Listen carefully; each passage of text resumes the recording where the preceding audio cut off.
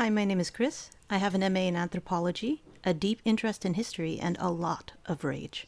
And we're going to be talking a little about some of the reasons for that rage today, so strap in. According to the Stanford Encyclopedia of Philosophy, colonialism is, quote, a practice of domination which involves the subjugation of one people to another, end quote. We won't get into the weeds about the differences between colonialism and imperialism, but let it suffice to say that for this particular video, we're focusing on the bonanza of European violence and dispossession that started circa the 15th century CE. The start of that particular period of time has often been misrepresented in history books as the, quote, age of expansion and age of exploration, where intrepid adventurers went off to distant lands for glory, God, and gold, with stories having little to actually say about what had happened to the inhabitants of those distant lands because of those raping, pillaging assholes. But we could be here all day talking about how colonialism created capitalism and how its birth was facilitated by religious expansion, existing relationships between Europe and the civilizations of Africa, the Crusades, the Black Plague, and the enclosure of the commons. But we'd be here for weeks. So watch out for other videos coming up. For now, let it suffice to say that for this video, colonialism is about control. In particular, it's about control of resources and the ways they are produced, transported, and managed. To be even more specific, it's about how, from the 15th century onwards, Europeans in many parts of Europe sought and violently succeeded in controlling resources outside of the European continent, very often through the removal, coercion, and dispossession of the peoples in these non-European places. And speaking of dispossession, this segues very nicely into a brief discussion about land grabbing. Often, a land grabber's weapon of choice is the law. For instance, X has a university education. She knows how to read, she's familiar with how bureaucracy works, and Y, on the other hand, barely has an elementary school education and feels deeply uncomfortable and out of place in a bureaucratic setting.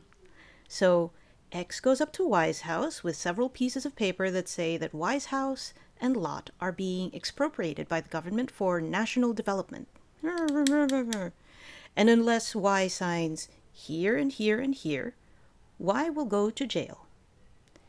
And so Y can barely understand the dense legalistic language on the papers X shoves under his nose, and frightened by the prospect of going to jail and leaving his family defenseless, he signs here and here and here, and having effectively signed away his right to his home, Y gets slapped with an eviction notice, and he and his family become unhoused.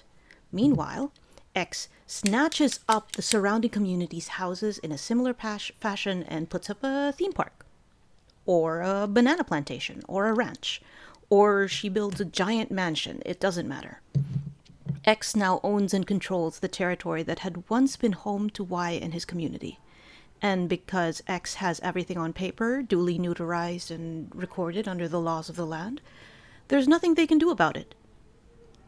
So this is just a caricature of an example, and there are many other ways that land grabbing can happen, like through deception, manipulation, and outright violence, among others. But what we can keep in mind is that land grabbing almost always involves one person or entity with much more power taking control of the territory that people or communities with far less power call home.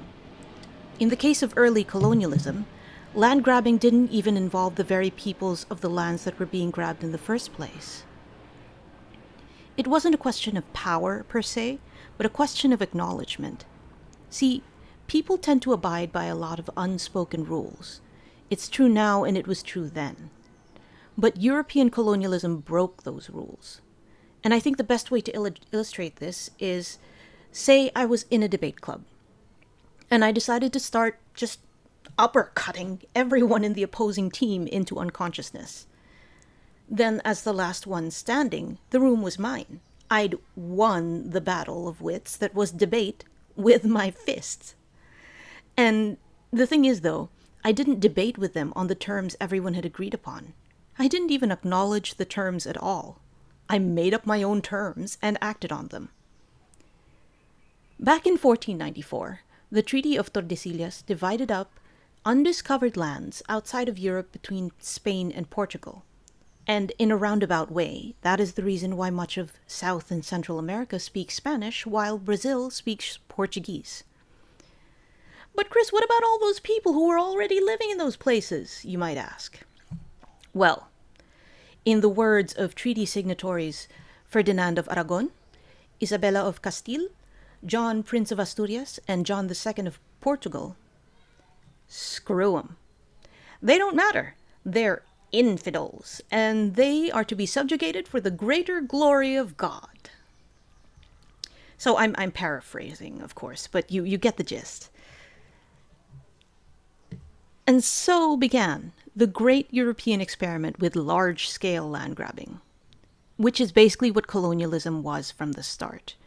The violent and coercive seizure of control over already inhabited non-European territories, and the resources there, both natural and human.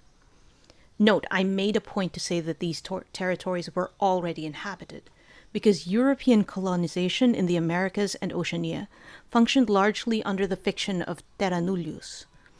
Terra Nullius is Latin for no one's land, or empty land, and is an assumption that eventually became the legal basis for many forms of property law for territories under colonial rule. It presumes that land that is not properly owned or claimed is up for grabs, and it gave settler colonialism a veneer of legality that international public law is still struggling to shed, if it's even bothering to try that at all. See, European ways of thinking and understanding about the world at the time were, shall we say, unique. And they created a lot of space for European folk acting in ways that would have been unacceptable if all the parties involved viewed each other, if not as equals, then at least as people. But that wasn't what happened. Europeans brought brass knuckles to the debate club, and when the opposing teams fought back, they made up new rules. Like, you're not allowed to hit back, that's terrorism. Anyway, I think I've exhausted that metaphor already, and I'm exhausted, so I'll end here. So, please don't forget to like and subscribe, and if you've gotten this far, thank you for sticking around, and I'll see you next time.